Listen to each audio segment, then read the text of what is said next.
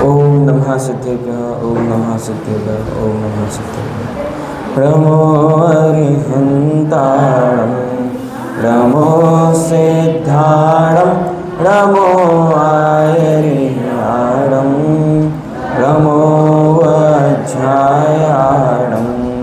नमो लोहे सवसाहुणं मोक्षमार्गस्य नेतारं हेतारं कर्मभूभृतां ज्ञातारं विश्वतत्त्वानां वन्दे तद्गुणलतये। विगत दिनों से हम सभी धर्म के 10 लक्षणों पर चर्चा करते आ रहे हैं, जिसके माध्यम से हम धर्म का सच्चा स्वरूप समझ पा रहे हैं, जो कि हमें मोक्ष ले जाने में साधक है। तो ऐसा ही आज कौन सा धर्म है? उत्तम तप। तो उत्तम तप के बारे में हम सबसे पहले जानेंगे कि तप को हम क्या मानते आ रहे हैं और तप वास्तविकता में होता क्या है।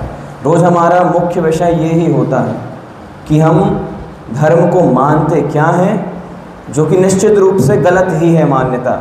यदि गलत नहीं होती तो हम सिद्ध सिला पर होते निश्चित रूप से, ठीक है। तो हम मतलब कुछ ना कुछ गलत ही मान रहे हैं।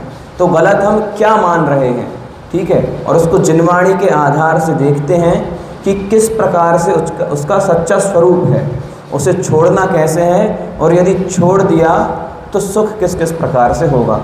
हमारा पूरा विषय का इस प्रकार से रहता है।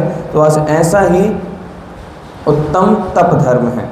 तो उत्तम तप के बारे में आज हम देखेंगे कि किस प्रकार से उसमें हमारी मिथ्या मान्यताएँ जुड़ी हुई हैं और उसे हमें सुधारना कैसे है।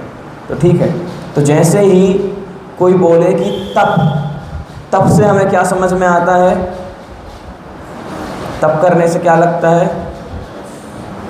कि शरीर को एकदम दुश्मनों जैसा ट्रीटमेंट देना है या नहीं, कि शरीर के साथ जो जो हो सके एकदम उल्टा सीधा वो कर दो, एकदम दुश्मनों जैसा ट्रीटमेंट, भूखा प्यासा रखो, बहुत अंदर से तड़प हो रहा है फिर भी नहीं देना, कुछ भी नहीं। क्यों? तप कर रहे हैं।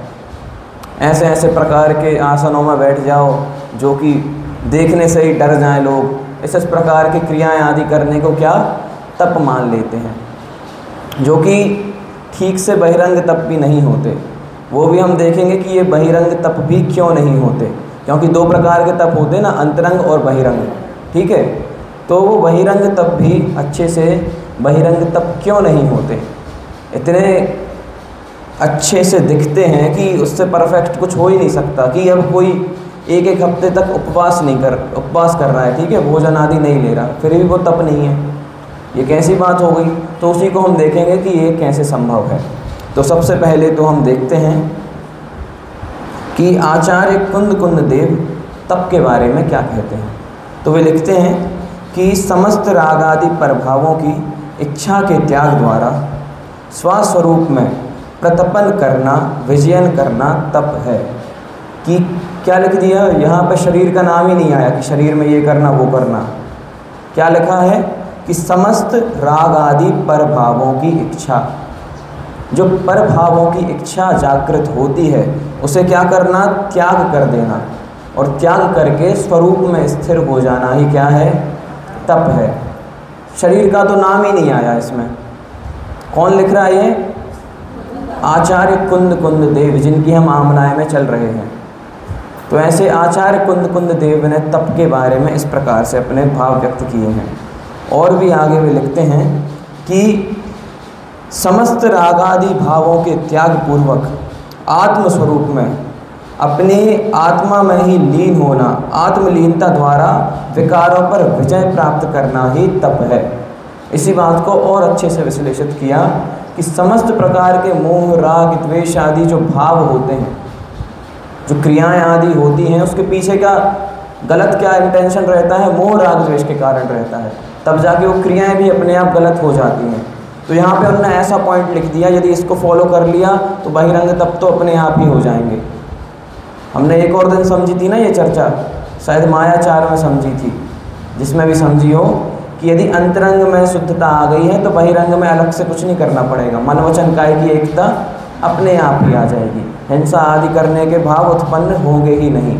तो यही बात यहाँ पे लिखी है कि अंतरंग में क्या आ गई, यदि आत्मलीनता आ गई, मोह राग द्वेष के भाव नाश हो गए, तो किसी भी प्रकार से हमें अलग कुछ नहीं करना है, फिर तप अपने आप ही हो जाएगा और उसी का नाम तप है। अब इतनी सारी चर्चा को एक बिंदु में हम धारण करें तो क्या हो जाएगा कि मोह राग द्वेष को छोड़कर अपनी आत्मा को जानना ही क्या है, बस इतनी ईजी सी बात है। पर यही ईजी बात इतनी ईजी नहीं है। यदि इतनी ईजी होती तो हम संसार में नहीं होते, परंतु इस गलती को हम अनादिकाल से करते हुए आ रहे हैं, इसीलिए कुछ ना कुछ तो इसमें है, कुछ ना कुछ गड़बड़ है। तो गड़बड़ सिर्फ हमारी ही है, हमारी मान्यता की है कि मोह राग द्वेष को हम कभी छोड़ ही नहीं पाए। और यदि हमने तप करने चाहे भी तो उसके पीछे भी मोह राग द्वेष नहीं छूटा, मात्र और मात्र क्रिया रूप कर दिए, तप किए हैं हमने अनंतों बार, ठीक है, अभी भी किसी न किसी रूप में करते हैं अपने हिसाब से, परंतु उससे भी क्या होता है, उससे भी उतनी विशुद्धि नहीं जाग पाती, कहीं ना कहीं मोह राग द्वेष उसके बीच में आ ही जाता है। तो ऐसी ही यहाँ पर बात आ रही है। और धवला में भी क्या लिखते हैं कि इच्छाओं का निरोध करना तप है। क्या? इच्छाओं का निरोध करना तप है। अब हमें यहाँ पे दो बिंदु मिल गए, एक नेगेटिव एक पॉजिटिव, ठीक है। नेगेटिव मतलब ऐसा नहीं कि गलत, नेगेटिव मतलब नास्ति परक। तो नास्ति परक में क्या मिला कि इच्छाओं के निरोध करने को क्या कहते हैं, तप कहते हैं। और पॉजिटिव में क्या मिला कि आत्म स्वरूप में लीनता क्या है, तप है। दो चीज़ें मिल गई, ठीक है। यदि आत्म स्वरूप में लीनता होगी तो इच्छाएं होगी क्या, नहीं होगी। और यदि इच्छाओं का निरोध होगा तो कहाँ जाएगा फिर जीव, आत्मा में लीन हो जाएगा। दोनों को कनेक्टेड हैं, बस एक नास्ति परक से है और एक अस्थि परक से है, ठीक है। क्या है? पहला कि इच्छाओं का निरोध तप है, दूसरा आत्मलीनता ही तप है। तो ऐसी चर्चा है, ठीक है। और देखा होगा आपने कि जैसे जैसे हमारे धर्म आगे बढ़ते जा रहे हैं तो उसी प्रकार से चर्चा का लेवल भी थोड़ा हाई होता जा रहा है। पहले जो था बहुत ही सामान्य चर्चा थी, एकदम से समझ में आ जाए, पर अब जो है थोड़ी सी हाई लेवल की बातें चल रही हैं, क्योंकि वृद्धिगत तो प्राप्त हो रहा है धर्म आगे के आगे का। जैसे छंद भी पढ़ते हैं ना कि उत्तम क्षमा मार्दव आर्जव भाव है, सत्य शौच संयम तप त्याग पाव है, आकिंचन ब्रह्मचार्य धर्म 10 सार हैं। तो धीरे धीरे क्रम बढ़ता गया, पहले भाव आए, फिर और आगे की बात। अभी आकिंचन और ब्रह्मचार्य में तो और बड़ी बड़ी बातें आने वाली हैं। इसीलिए हमें अब क्या करना है, इससे उपयोग को और स्थिर करना है कि इन बातों को हम ग्रहण कैसे कर पाएँ। तो ऐसे ही अभी चर्चा आई कि इच्छाओं का निरोध क्या है, तप है, और आत्मा में लीन होना भी क्या है, तप ही है। दोनों तप ही हैं, ठीक है। अब फिर यहाँ पे बात आ रही है कि जो दुनिया में तप मान लिया जाता है वो तप क्यों नहीं है। तो अष्टपाहुड़ में, अष्टपाहुड़ किसने लिखा है, कुंद आचार्य ने ही लिखा है, ठीक है। कुंद आचार्य का फिर से कोटेशन आता है कि यदि जीव सम्यक्त्व के बिना करोड़ों वर्षों तक उग्र तप भी करे तो भी वह बोधि लाभ प्राप्त नहीं कर सकता। कितना बड़ा बिंदु लिख दिया कि करोड़ों वर्षों तक भी, छोटा मोटा तप नहीं कि सिर्फ उपवास कर लिया, उग्र तप करे कि जिस प्रकार से तप हो सकता है हर एक प्रकार की क्रिया करे, बस उसमें एक चीज़ ना करे। क्या नहीं करे? सिर्फ बोधि लाभ प्राप्त करने रूपी जो है सम्यक्त्व नहीं करे तो क्या हो जाएगा, किसी भी प्रकार का लाभ नहीं होगा, फीके चले जाएंगे वो करोड़ों वर्ष। और वो दिखने में ऐसे हैं कि देख के ही महिमा जाग जाए, उस महिमा को देख के दूसरों को सम्यक्त्व हो जाए। समझ रहे बात कि किसी का ऐसा तप है, उग्र तप है कि दिन को देख के ही लगता है कि इनको तो बिल्कुल भी विषय कषाय है ही नहीं, क्योंकि बहिरंग से तो ऐसे ही दिखते हैं तप कि बिल्कुल विषय कषाय नहीं है, एकदम पवित्र जीवन है ये और वो, सामने वाले को सम्यक्त्व हो जाए। परंतु यदि जो ये तप आदि कर रहे हैं उनके अंतरंग में सम्यक्त्व का भाव नहीं है तो क्या उसको कुछ भी नहीं होना है। क्यों नहीं होना है? क्योंकि बीज नहीं डाला। कल हमने की थी ना बात कि बीज नहीं डाला और जितने प्रकार के अच्छे अच्छे काम हो सकते थे पौधे को उगाने के लिए सब कर लिया, खाद डाल दी, मिट्टी अच्छी कर ली, पानी डाल रहे हैं, धूप छाँव सब कुछ ध्यान रख रहे हैं बच्चे जैसा, परंतु बीज ही नहीं है।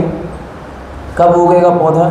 कभी नहीं। तो उसी प्रकार की बात है कि अनेकानेक तप अनंतों काल भी कर लेंगे, हजारों करोड़ों वर्षों तक भी कर लेंगे, तो भी उसका फल नहीं मिलेगा यदि उसमें सम्यक्त्व रूपी बीज नहीं डला है।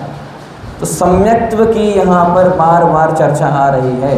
सारे ही हमने धर्म देखे, उसका एंड में यही निष्कर्ष निकल के आता था कि सम्यक्त्व जब तक हम प्रकट नहीं करेंगे तब तक कुछ भी काम नहीं होने वाला। और छेड़ाला में भी पढ़ा होगा कि क्या, कोटि जन्म तप तपे ज्ञान बिन कर्म झरे थे, ज्ञानी के छिन माहि त्रिगुप्ति ते सहज ढरे थे। कोटि जन्म मतलब करोड़ों वर्षों तक भी क्या घोर तप कर रहा है, परंतु क्या है, आत्मज्ञान नहीं है, उसका कुछ नहीं होने वाला। करते रहो, तप करो करो, तप तप तप, बस तप ही तप लगा है बहिरंग में, परंतु क्या, ज्ञानी के छिन माही त्रिगुप्ति ते सहज डरे थे।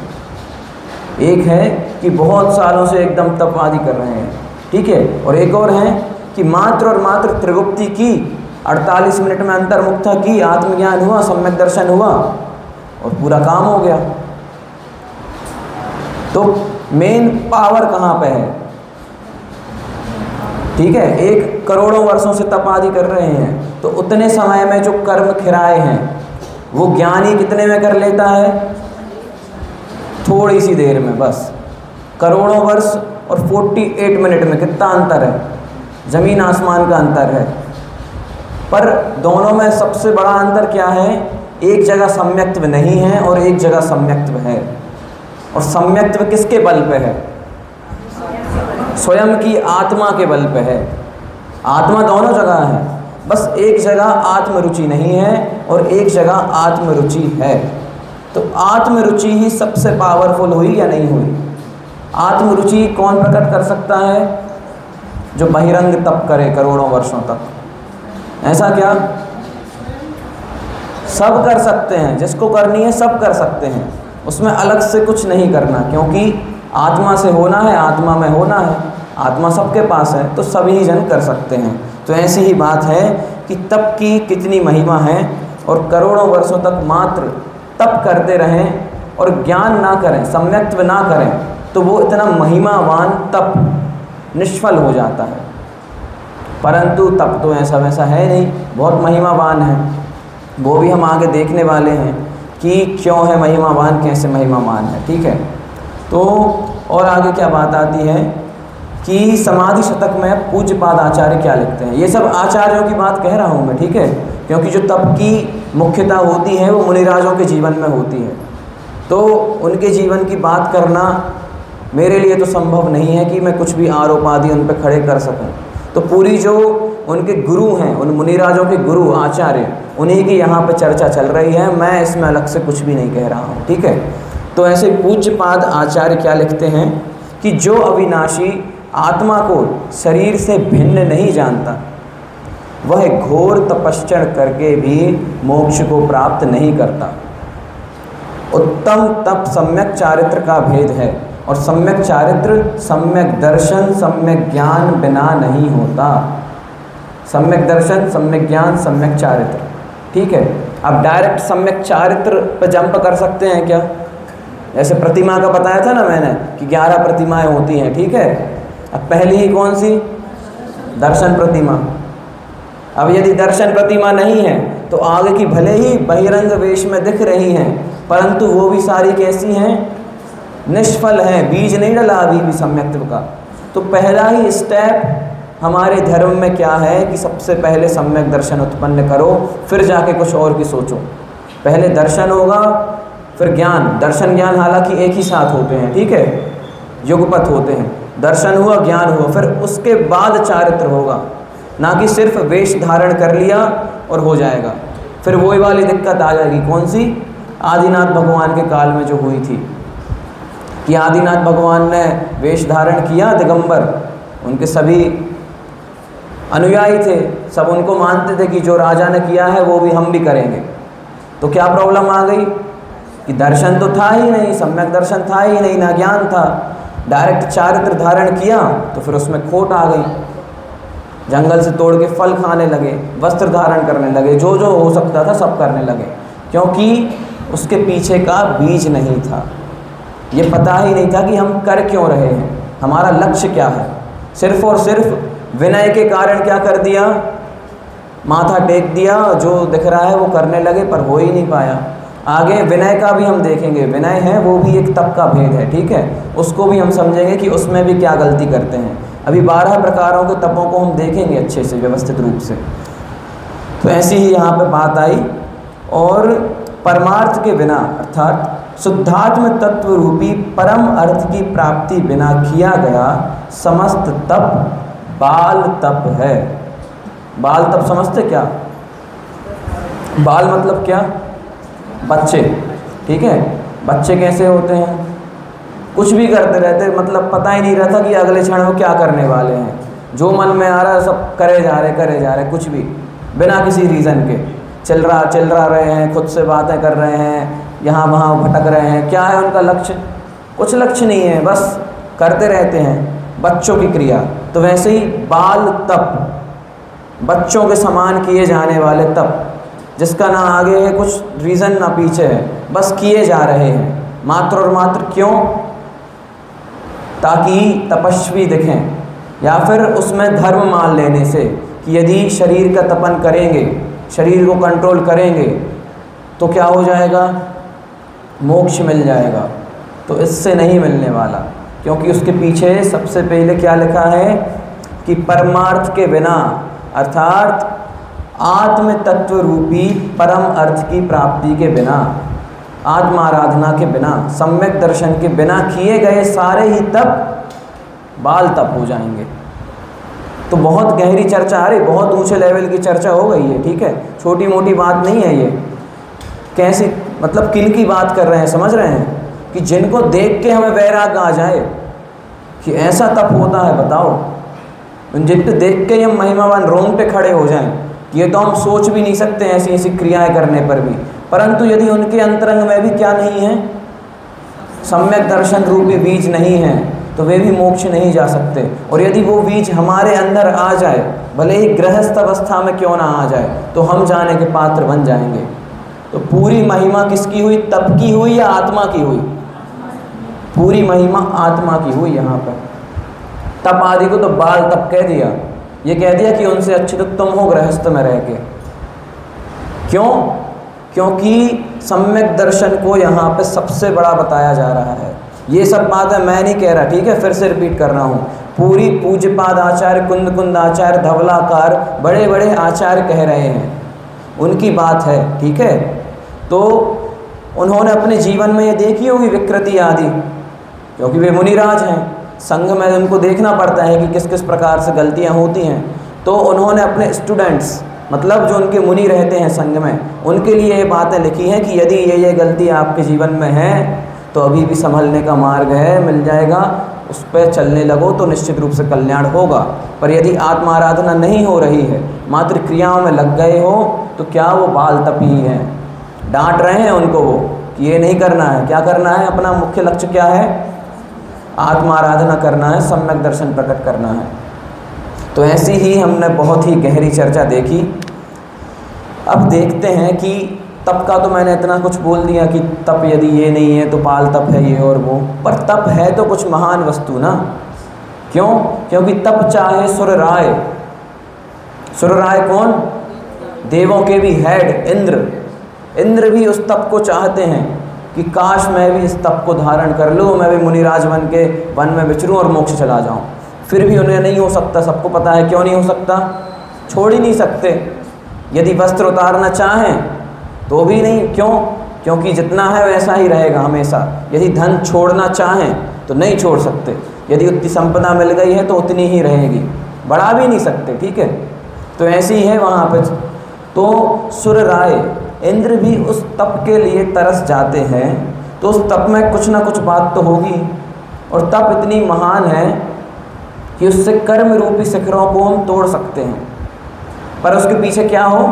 सम्यक दर्शन हो, तब ही। ये नहीं कि सिर्फ क्रियाओं से तप, सम्यक दर्शन मय तप से कर्म रूपी शिखरों को तोड़ा जा सकता है, संसार समुद्र को तिरा जा सकता है। तो ऐसा तप कुछ महान ही होगा। तो ठीक है, ऐसी हमने बात देखी। और यदि हम सिर्फ भोजन आदि के त्याग को तप आदि माने तो भी दिक्कत क्या आएगी कि देव कितने दिन में भोजन करते हैं?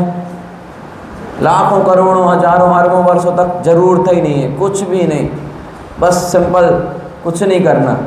भोजन का तो उन्हें इतने अच्छे से त्याग है, इतने अच्छे से उपवास करते हैं कि विचार भी नहीं आता कि भोजन होता क्या है ये। फिर भी वो क्या है? तप नहीं है। तप और मात्र कहाँ हो सकता है?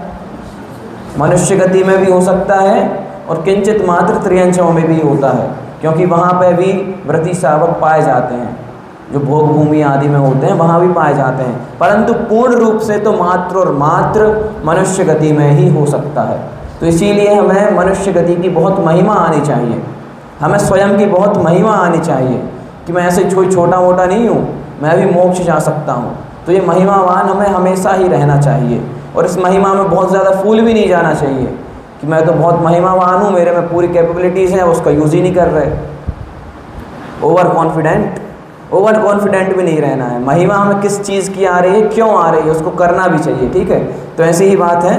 और आगे देखते हैं कि तप कोई छोटी मोटी चीज़ नहीं है, बहुत अद्भुत बहुत बड़ी चीज़ है। तो इन तप को समझना भी बहुत ज़रूरी है। तो मैंने बताया था 2 प्रकार के तप होते हैं। कौन कौन से? अंतरंग और बहिरंग तप। ठीक है, अंतरंग मतलब क्या? जो अंदर में होते हों, भावों में होते हैं। और बहिरंग क्या? जो भावों के द्वारा बहिरंग में निकल के आते हों, पर इसको मानते नहीं हैं। मात्र और मात्र क्या? जो बाहर की क्रियाओं में ही होते हों उसको बहिरंग तप मान लिया जाता है। परंतु यदि उसके पीछे अंतरंग भावना नहीं है तो सारे ही निष्फल हो जाते हैं। वो हमने देख ही लिया है कि करोड़ों वर्षों तक तप करते रहो, परंतु यदि आत्मरुचि नहीं है, आत्मा की महिमा नहीं है, वो सारे के सारे कैसे हैं? निष्फल ही हैं। अब हम देखते हैं कि अंतरंग और बहिरंग तप किस प्रकार के होते हैं। ठीक है, तो 12 तप होते हैं। कितने? 12। अभी तत्वार्थ सूत्र में आ गया क्या विषय? आदित्य, तत्वार्थ सूत्र नहीं आया? चलिए मैं बता देता हूँ। ठीक है, 12 प्रकार के तप होते हैं, तत्वार्थ सूत्र में भी आपको पढ़ने में आएगा। ठीक है, बहिरंग और अंतरंग। तो बहिरंग में बोलता हूँ, ध्यान से सुनिएगा। अनशन, अवमोदर्य, वृत्ति परिसंख्यान, रस परित्याग, विविक्त शय्यासन और काय क्लेश। ठीक है, कुछ को याद है, कुछ को नहीं है, क्लास लगेगी तो सबको याद हो जाएंगे। ठीक है, अब अंतरंग में क्या? प्रायश्चित, विनय, वैयावृत्त, स्वाध्याय, व्युत्सर्ग और ध्यान। इस प्रकार के 12 तप हैं। और इन 12 के बारे में हम बहुत ही विस्तृत रूप से चर्चा भी करने वाले हैं अभी आगे जाके।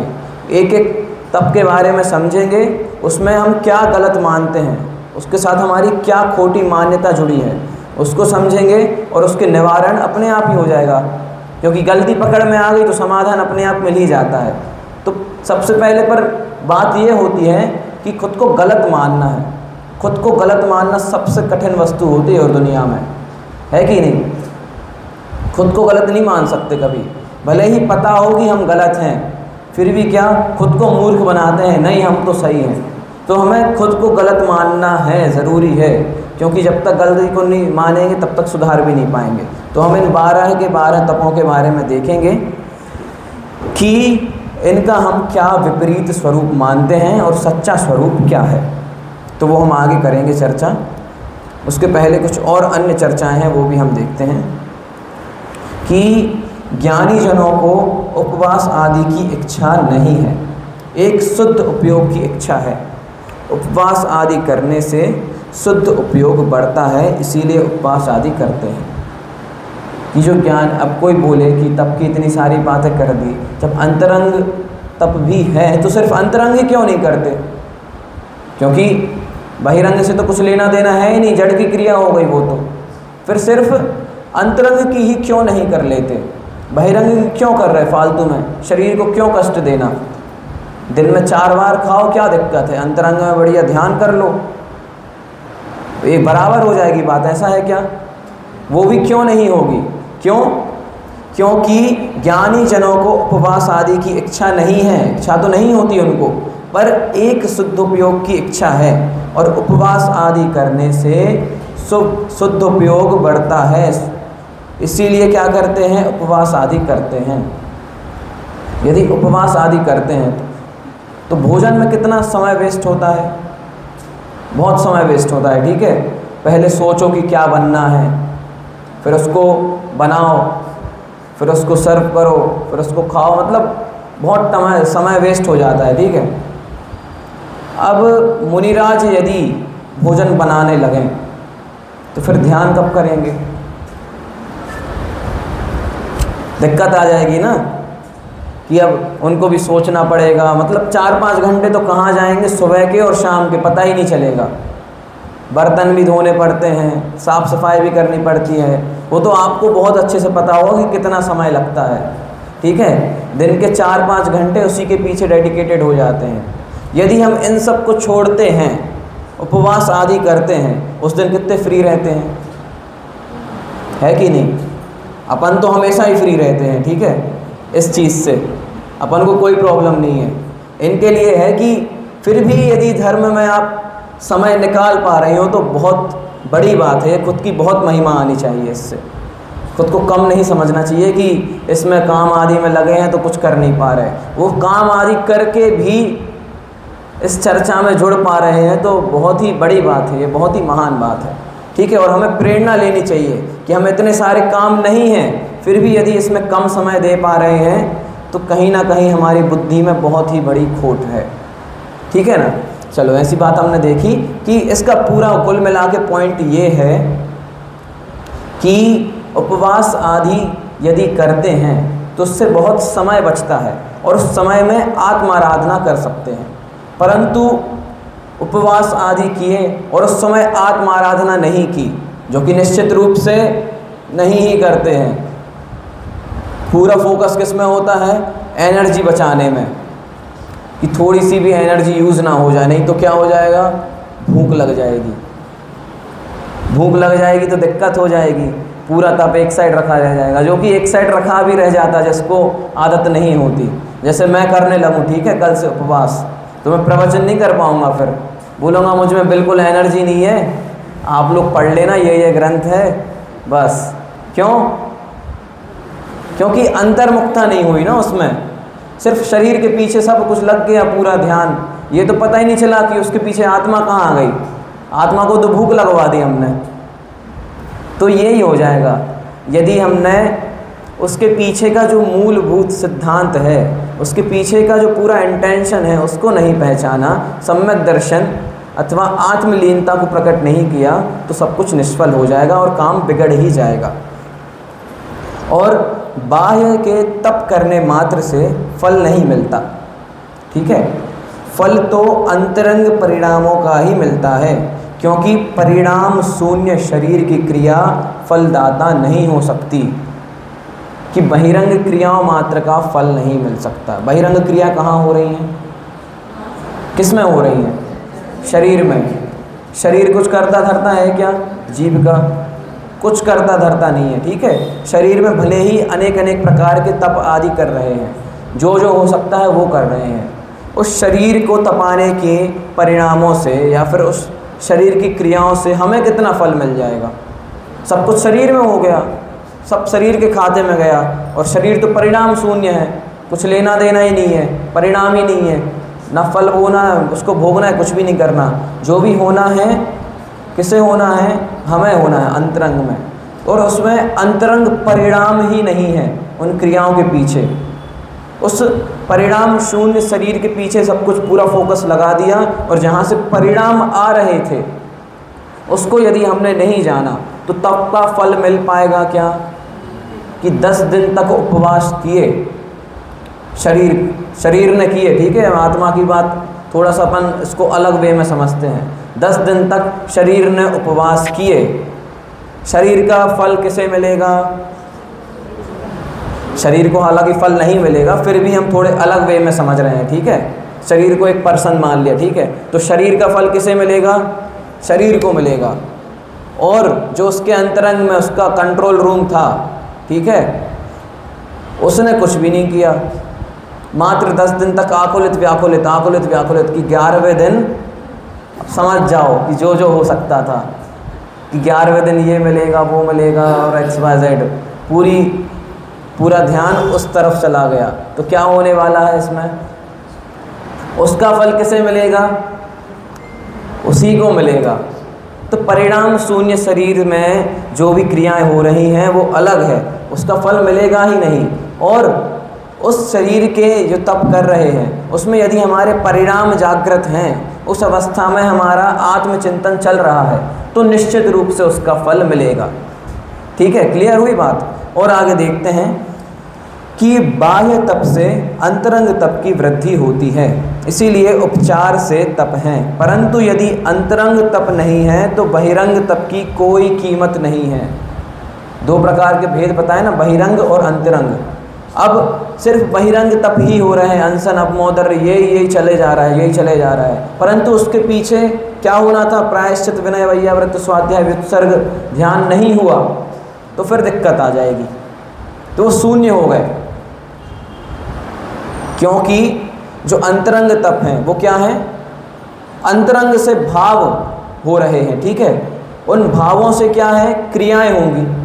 अब पर सिर्फ क्रियाएं कर दी और भाव नहीं हुए तो कुछ होगा क्या? अभी हमने समझी ना पूरी बात। क्रियाएं तो कहाँ हो गई? बाहर में हो गई, कुछ लेना देना नहीं आत्मा से, और पूरा लेना देना जो था अंतरंग का, आत्मा का, वो क्या हो जाएगा? उससे ही फल मिलने वाला है। अंतरंग परिणाम यदि हमारे विशुद्ध होंगे तो बहिरंग की क्रियाएं जैसी हो रही हैं, यदि किसी ने सिर्फ 10 दिन में एक उपवास किया या फिर एक आसन किए हर दिन, उसके परिणाम बहुत अच्छे चले, रोज़ स्वाध्याय में आए, ध्यान में बैठे, आत्म साधना की, जीव अजीव का चिंतन किया, 12 भावना भाई, मतलब सारे अच्छे अच्छे काम किए, ठीक है। और दूसरे पर्सन ने ऐसा तप किया कि उसके लिए मंच पे बैठा के स्वागत सम्मान आदि वगैरह हुआ, सब कुछ उसने भी यदि अच्छे भाव किए हैं तो बहुत अच्छा, परंतु अंतरंग में अच्छे भाव नहीं किए, फल किसने अच्छा ज़्यादा बांधा? दूसरे वाले ने, जिसने क्या एक टाइम पे खाया या फिर 2 टाइम पे भी भोजन किया, परंतु साथ ही साथ क्या किया? आत्मा आराधना की, आत्मा को जाना कि जीव अजीव का स्वरूप क्या है, परिणाम खराब नहीं होने दिए, तो उसको ज़्यादा अच्छा फल बनने वाला है निश्चित रूप से, क्योंकि परिणामों से ही फल मिलता है। तो इस प्रकार से हमने बहुत अच्छी यहाँ पे बात देखी। अब एक और यहाँ पे बहुत ही सुंदर उदाहरण है, आप लोगों ने सुना भी होगा कि घर में 2 व्यक्ति हैं, ठीक है। चलो यहाँ से हम करते हैं कि एक सास है, ठीक है, उनकी 2 बहुएं हैं। एक बहू ने क्या किया है उस दिन? निर्जला उपवास, और दूसरी बहू स्वाध्याय कर रही है बैठ के शांति से, ठीक है। अब गेट पे कोई आ गया, ठीक है, तीसरी मंजिल पे रह रहे हैं, ठीक है, तीनों जन तीसरी मंजिल पे है। अब सास किसको ऑर्डर देगी कि जाओ गेट खोल के आ जाओ? जो स्वाध्याय कर रही है। क्यों? क्योंकि जो दिखेगा सो बिकेगा, कि तुमने थोड़ी भोजन पानी छोड़ा है, तुम्हें शक्ति है, जाओ शरीर में, जाओ करके आओ। और जो हमने तप देखे ना 12 प्रकार के, उसमें पहला कौन सा था? अनशन। अनशन मतलब उपवास, ठीक है। और 10वें नंबर का कौन सा है? स्वाध्याय। मतलब इसमें बढ़ते जा रही है लेवल, ठीक है। अनशन के बाद अपमोदर्य बड़ा है, अपमोदर्य के बाद प्रतिपरिसंख्यान, ऐसे करते करते करते करते 10वें लेवल पे है स्वाध्याय। तो उस 10वें लेवल की महिमा कुछ भी नहीं है, ये बस किताब खोल के पढ़ना हो गया, वो तो वो कुछ नहीं, उसकी कोई कीमत नहीं। पर जिसने पानी छोड़ दिया वो बहुत बड़ी बात हो गई। तो इस प्रकार से हमारी बुद्धि यानी का अनादिकाल से सिर्फ और सिर्फ बहिरंग में लग चुकी है, बहिरंग ही दृष्टि, बहिर्मुख दृष्टि हो गई है, कि शरीर की क्रियाओं को देख के पूरा जज कर दिया कि ये महान है और ये महान नहीं है। भले ही स्वाध्याय उसके कई गुना ज़्यादा, 10 गुना ज़्यादा बड़ा है स्वाध्याय करना, क्योंकि स्वाध्याय करके जीव अजीव की बात हमें समझ में आएगी कि अनादिकाल से हमारी भूलें क्या चलती हुई आ रही हैं और इनको हमें सुधारना कैसे है। उससे तो हमें मोक्ष का मार्ग मिल जाएगा, ठीक है, वो उत्कृष्ट है। और उपवास से क्या है? सिर्फ और सिर्फ पर की क्रिया में जो भी हुआ है यदि उसके पीछे अंतरंग भाव है तो एक्सीलेंट, उससे अच्छा कुछ नहीं हो सकता। परंतु अंतरंग भाव कुछ है नहीं, अंतरंग से शून्य है, मात्र बहिरंग क्रिया कर दी है, तो फिर भी उसकी महानता ज़्यादा दिखती है। क्यों दिखती है? क्योंकि बहिरंग दृष्टि है। यदि अंतरंग दृष्टि होती तो स्वाध्याय की अधिक महिमा होती, परंतु ऐसा नहीं है। समय अभी नहीं हुआ है, जब होगा मैं अपने आप कर दूंगा खत्म, ठीक है। चलिए अब और आगे देखते हैं कि हमें ये भी समझना है कि अभी ये अनशन अपमोदर्य आदि होते कैसे हैं। अब अनशन के बारे में हम सबसे पहले देखते हैं। 12 ही तपों को समझना भी बहुत ज़रूरी है, क्योंकि ठीक है, अनशन, अनशन मतलब क्या? उपवास। उपवास, अब उपवास मतलब क्या? बहुत सुंदर उत्तर, क्या? आत्मा के समीप वास करना। अब पर उपवास में होता क्या है, वो हमने थोड़ी देर पहले देख ही लिया कि आकुलित व्याकुलित होते रहते हैं यदि आत्मा के समीप वास नहीं कर रहे हैं। क्योंकि देखो उस टाइम पूरे फ्री हैं, हम उपवास कर लिया, दिन भर में पूरे फ्री हैं, कुछ काम धाम नहीं बचा। अब क्या है? परिणाम चलेंगे। परिणाम यदि आत्म सन्मुख नहीं है तो क्या होगा? यहाँ वहाँ भटकेंगे, विचलित होंगे कि ये मिल जाता, वो मिल जाता। और उस टाइम इतनी महिमा आती है ना भोजन की कि अलग ही लेवल की होती है। होता है या नहीं? 3 लोग को नाच झुकाए वाली स्थिति हमारे साथ भी हो जाती है। क्यों? क्योंकि परिणाम विचलित हुए। उपवास मतलब आत्मा के समीप वास करना था, परंतु वास हमने कर लिया भोजन के समीप, भोजन छोड़ के भोजन के समीप। क्यों? क्योंकि जहाँ पे खूंटे से बांधना था हमें ध्यान को, वहाँ नहीं बांधा और दुनिया भर में भटकने के लिए छोड़ दिया, तो निश्चित रूप से क्या होगा? पाप ही लगेगा, वो गलत ही होगा। तो ऐसी ही बात है किसके बारे में? अनशन अथवा उपवास के बारे में। अब ये हालांकि जो अनशन आदि हैं वो मुनिराजों के तप होते हैं, परंतु इसे हम भी कुछ अंश रूप में धारण करते हैं, तो इसीलिए ये हमें समझना बहुत ज़रूरी है। अब उसके बाद अगला नंबर किसका आया? अवमोदर्य। अवमोदर्य मतलब क्या होता है कि भूख से थोड़ा कम खाना, भूख से थोड़ा कम भोजन लेना, अथवा एक आसन भी करना। अब एक आसन में क्या करते हैं गलती कि 2-3 बार का इकट्ठा खा लो, है कि नहीं? अवमोदर्य में क्या था कि भूख से थोड़ा कम खाना, एक आसन, ठीक है। अब एक आसन कैसा किया कि जब तक यहाँ तक भर ना जाए पूरा, क्योंकि पूरा दिन भर चलाना है, शाम को कुछ नहीं मिलने वाला, तो अभी पूरा भरते जाओ भरते जाओ। चाय कितनी पीनी है?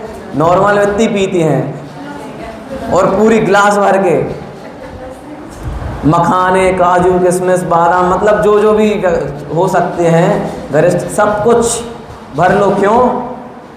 शाम तक चलाना है। ये तो गायों जैसी वृत्ति हो गई। गाय क्या करती हैं? मुंह में भर लेती हैं, फिर दिन भर। तो पशुओं जैसी स्थिति है यदि हम धर्म का सच्चा स्वरूप नहीं समझ पा रहे कि दिन भर चलाने के लिए हमने पेट में भर लिया और उससे अच्छा चल जाएगा। पर यहाँ पे मुख्य बात तो किसकी थी कि उस भोजन से हमारी गृद्धता कितनी कम हो पा रही है, कि उस भोजन को छोड़ने योग्य हमारे भाव बन भी पा रहे हैं या नहीं। तो ये सब क्रियाएं करके भी नहीं बन पा रहे हैं, तो इन क्रियाओं करने का कोई मतलब ही नहीं हुआ। धर्म के बदले उससे अधर्म हो रहा है। पुण्य की क्रियाएं जो हम करना चाह रहे हैं उसमें पाप ही हो रहा है। यदि नहीं बन पा रहा, यदि इतने परिणाम अभी विशुद्ध नहीं हो रहे हैं, तो ना करना ज़्यादा अच्छा कहूँगा मैं।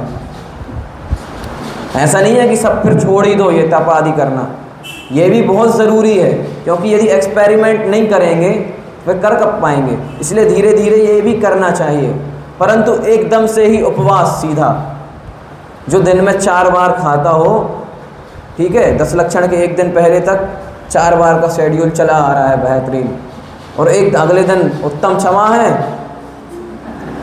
सीधा उपवास कर लिया, तो कैसे परिणाम होते हैं? ये लगता है कि क्यों ले लिया, अब नियम ले लिया, पालन तो करना पड़ेगा, तो बहुत आकुलतावान होते हैं पहले ही दिन। इसीलिए धीरे धीरे से पूरी प्रोसेस है जैन धर्म में भी। ऐसा नहीं कि एकदम से फोर्स डाल रहे हैं कि पहले 3 बार करो, फिर 2 बार करो, फिर 1 बार करो, फिर यदि उपवास नहीं हो पा रहा तो कोई दिक्कत नहीं, फिर से प्रोसेस करो, करते जाओ पर आराम से। अब ये नहीं है कि सभी को फॉलो करना है। जिनको बीमारी आदि है यदि वो करेंगे तो उनके लिए वो निश्चित रूप से पाप बंध का ही कारण है। जिनको शुगर बीपी आदि हैं, शरीर बार बार भोजन मांगता है, यदि वे उस समय भोजन ना करें तो वो गलती है, वो पाप का कारण है। क्यों? क्योंकि उससे आत्मघात हो रहा है, स्वयं का घात कर रहे हैं। यदि उस रूटीन को फॉलो नहीं करेंगे, उस टाइम पे चाहिए था भोजन पर नहीं किया तो क्या शुगर लेवल बहुत हाई हो गई या लो हो गई, उससे शरीर और जीर्ण हो गया, तो आत्मा की आराधना करने में वो विराधक हो गया। तो इससे बड़ा पाप क्या हो सकता है? इसीलिए जो व्रत आदि हम करते हैं बहुत ही ज़्यादा सोच समझ के करना चाहिए कि यदि हम ये करेंगे तो वो अच्छे से पालन हो भी पाएगा या नहीं, कि सिर्फ देखने दिखाने के लिए कर दिया, ऐसा हमें बिल्कुल भी नहीं करना है। 2 हमने देख लिए, अनशन और अपमोदर्य। अब कौन सा आया? रस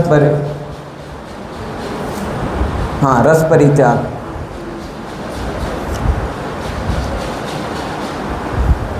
विविध परिसंख्यान रह गया। अच्छा, इसके बीच में हाँ, वो मुनिराजों के में होता है कि वो क्या करते हैं, अनेक प्रकार की अंदर में बांध लेते हैं कि यदि इस प्रकार का मुझे दिखेगा यहाँ पे वातावरण तो ही वहाँ पर आहार लेने जाऊँगा, यदि वो नहीं दिखा तो आहार नहीं करना।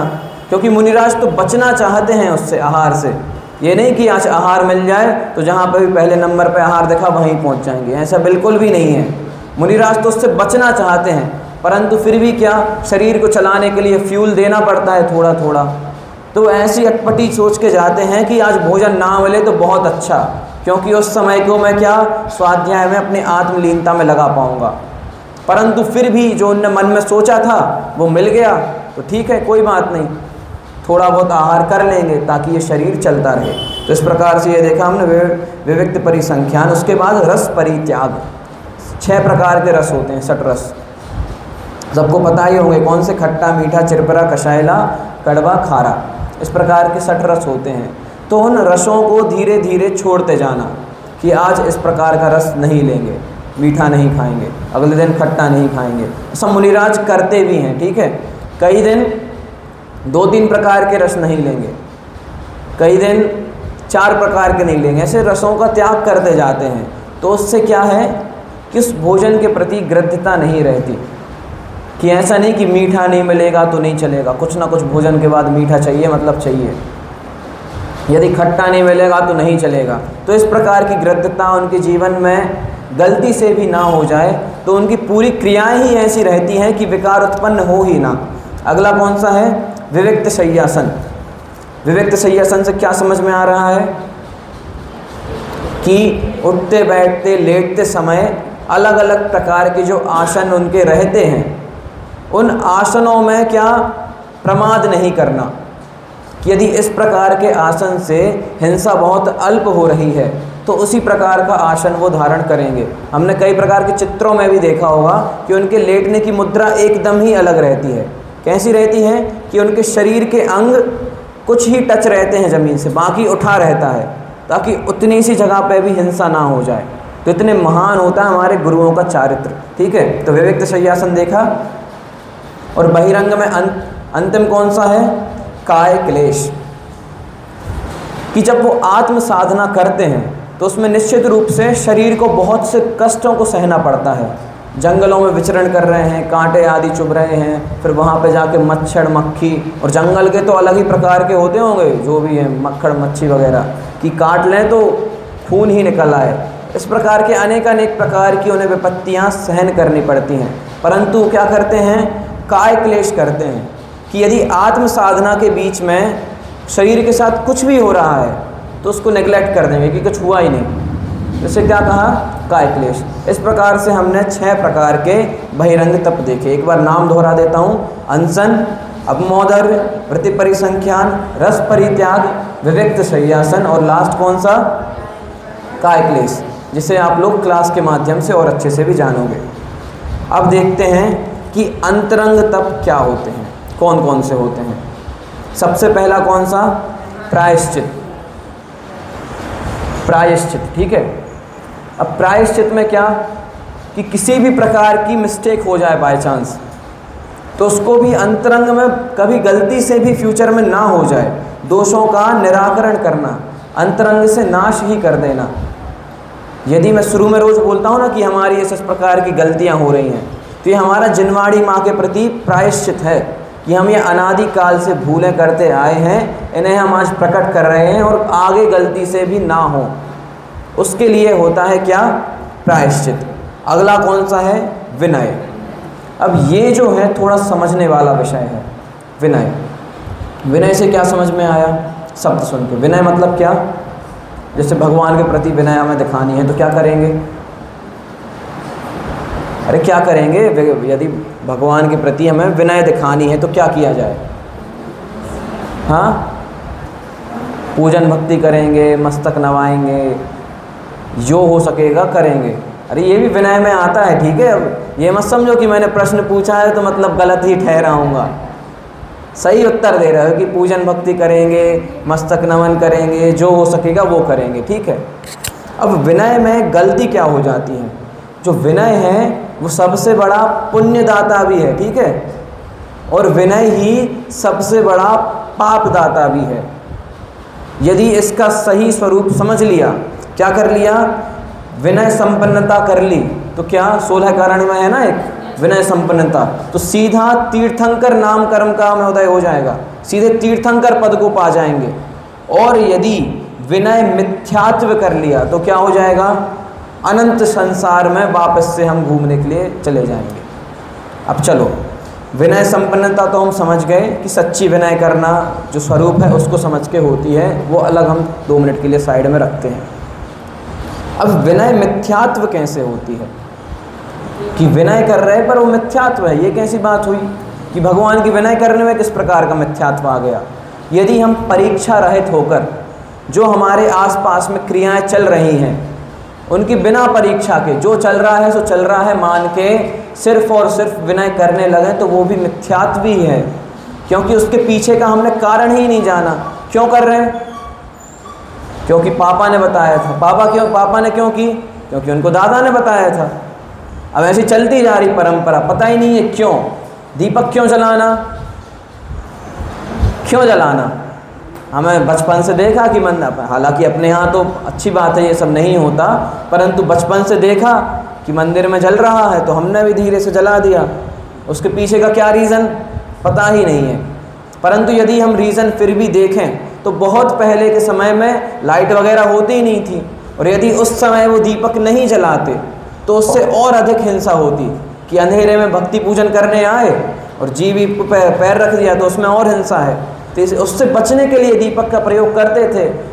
भगवान दिख ही नहीं रहे तो भगवान को देखने के लिए ऐसे दीपक का यूज़ करते थे। अब क्या मान लिया? आरती नाम दे दिया।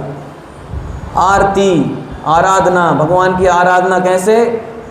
एक इंद्रिय काय को जला के, एक इंद्रिय में भी 2 इंद्रिय आदि पंखी आके जल रहे हैं, वो भी क्या है? भगवान की आराधना है, आरती है। कितने महामिथ्यात्व के पात्र हैं जो हम ऐसे उल्टी सीधी क्रियाओं में फंस जाते हैं।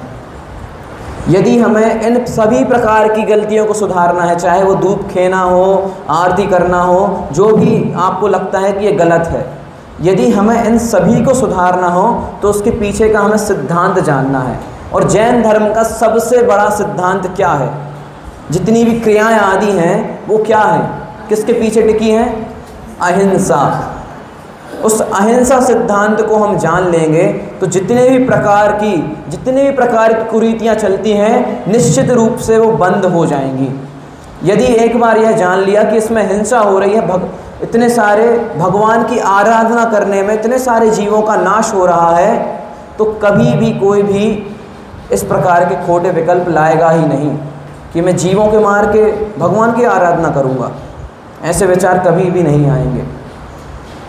मेरा कहने का मतलब यही है कि हमारा यदि अहिंसामय धर्म है तो उसे हमें सच्चे तरीके से फॉलो भी करना है। मात्र ये नहीं कि अहिंसामय जैन शासन की जय बोल के हो गया। अब अहिंसामय जैन शासन को अहिंसामय रहने भी तो देना है। इसीलिए विनय की बात चल रही थी कि विनय भी हमें अपनी पूरी बुद्धि का प्रयोग करके करनी है भगवान की। समंत भद्र आचार्य जैसा बनना है कि भगवान मैं तुम्हें इसलिए नहीं पूज रहा क्योंकि तुम बहुत बड़े बड़े लोगों से, वीआईपी लोगों से पूजनीय हो इसलिए तुम बहुत बड़े हो गए। नहीं, आप में वो संयम है, वो वीतरागता है, सर्वज्ञता है, हितोपदेशिता है, इसीलिए मैं आपको पूज रहा हूँ क्योंकि वो वास्तविकता में पूजनीय है। ऐसी बात हमारे अंतरंग में भी होनी चाहिए, तब जाके हम विनय कर पाएंगे। अगला बिंदु हम देखते हैं कौन सा, विनय के बाद वैयावृत्त। वैयावृत्त मतलब क्या? सेवा करना। अब सेवा किसकी करना? सिर्फ दूसरों की। संयम में कल हमने देखा था ना कि प्राणी संयम और इंद्रिय संयम। प्राणियों में कौन कौन से प्राणी गिने थे? पूरे दुनिया भर के जितने भी हो सकते हैं, पर किसको गिनना भूल गए थे? स्वयं को भूल ही गए थे कि स्वयं भी प्राणी हैं, स्वयं का प्राणी समय संयम भूल ही गए थे। तो यहाँ पे भी वैयावृत्त में स्वयं की सेवा भी करनी है, ठीक है। और वो स्वयं की सेवा क्या है? स्वयं कौन है? सबसे पहले तो ये बताओ, आत्मा, ठीक है। तो उस आत्मा की आराधना करनी है, वो क्या हो जाएगी? सच्ची वैयावृत्ति हो जाएगी। और यदि स्वयं की आत्मा की आराधना करेंगे तो बहिरंग में अपने आप ही आ जाएगा। क्या? जो भी क्रियाएं आदि होती हैं वो अपने आप ही हो जाएंगी। जिनवाणी की विनय अपने आप ही हो जाएगी, उसके लिए अलग से कुछ नहीं करना पड़ेगा, ठीक है। वैयावृत्त। अगला बिंदु कौन सा? स्वाध्याय, जो कि हम अभी भी कर रहे हैं, ठीक है। अब स्वाध्याय के कितने अंग होते हैं? 5 अंग। कोई बताएगा? हाँ, वाचना, प्रक्षना, अनुप्रेक्षा। कौन सा? अनुप्रेक्षा। उसके बाद आमनाय और धर्मोपदेश, ठीक है। वाचना में क्या पढ़ लिया? 5 लिया कि क्या क्या यहाँ पे पूरा लिखा हुआ आ रहा है, ठीक है। उसका हमने अच्छे से पठन पाठन किया, इस प्रकार से स्वाध्याय होता है। फिर प्रक्षना मतलब क्या? कि हमने समझ लिया, ठीक है, पर हमें समझ में नहीं आया, या फिर समझ में आ भी गया तो हमने कुछ गलत का गलत तो नहीं समझ लिया। तो गलत का गलत ना समझ लिया हो गलती से, तो जो और अच्छे स्वाध्यायी हैं, आजकल तो हालांकि ऑनलाइन भी है कि किसी से भी प्रश्न डालो उत्तर बहुत ही सहज मिल जाता है, तो वो प्रक्षना हो गया। पढ़ा, उसमें कोई गलती तो नहीं धारण कर ली, वो पूछा। उसके बाद क्या किया? अनुप्रेक्षा। अब जो हमने सही स्वरूप समझ लिया है उसका बार बार चिंतन किया कि अच्छा इस प्रकार से ये होता है, दोष आदि ये होते हैं, उत्तम क्षमा धर्म ये समझा था, मार्दव ये समझा था, ये सब क्या? अनुप्रेक्षा। उसके बाद क्या? आमनाय। उसको हम गलती से कभी भूल ना जाएं तो रिवाइज कर लेना, ठीक है। अब उसके बाद अंतिम बिंदु क्या? धर्मोपदेश। ये बहुत बड़ा बिंदु है। हम धर्मोपदेश में ये समझ लेते हैं कि सिर्फ और सिर्फ इसका ठेका किसने ले रखा है? टोडरमल सिद्धांत महाविद्यालय ने, कि जो भी धर्मोपदेश होगा सिर्फ वहीं से होगा। ये तो क्या शास्त्रीय विद्वानों की, मुनिराजों की, इन सब की बातें हैं, ये अपने बस की नहीं है। तो धर्मोपदेश हम भी कर सकते हैं, सब कर सकते हैं। जिसने भी स्वाध्याय किया हो सब अपने अपने लेवल पे कर सकते हैं। हाँ, तो धर्मोपदेश सब अपने अपने लेवल पे कर सकते हैं, इसलिए हमें भी जितना आता है उतना समझाओ दूसरों को। क्या पता कि शास्त्रीय विद्वानों के अनेक अनेक प्रवचन सुनने से कोई ना समझे और आपके समझाने का तरीका या फिर आपके साथ जो जुड़े हुए हैं उनका कनेक्शन अलग ही हो, आपकी बात सुनने से वो जुड़ जाएं। तो ये जो धर्मोपदेश है वो सभी के लिए है, सभी स्वाध्याय जो कर रहे हैं सबके लिए है। अंतिम 2 और रह गए। एक व्युत्सर्ग। व्युत्सर्ग मतलब क्या? कि बाहर से धन धान्य आदि हैं उसके प्रति राग द्वेष छोड़ना, इसे क्या कहते हैं? व्युत्सर्ग। और उसके बाद अंतिम ध्यान।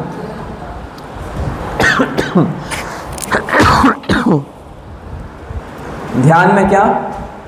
ध्यान सबसे टॉप पोजीशन पे आ गया, सबसे ऊपर की बात, क्योंकि ध्यान से सिर्फ अंतर्मुहूर्त बैठते हैं। ध्यान यदि अंतर्मुहूर्त के लिए लग जाए तो सीधा क्या होता है?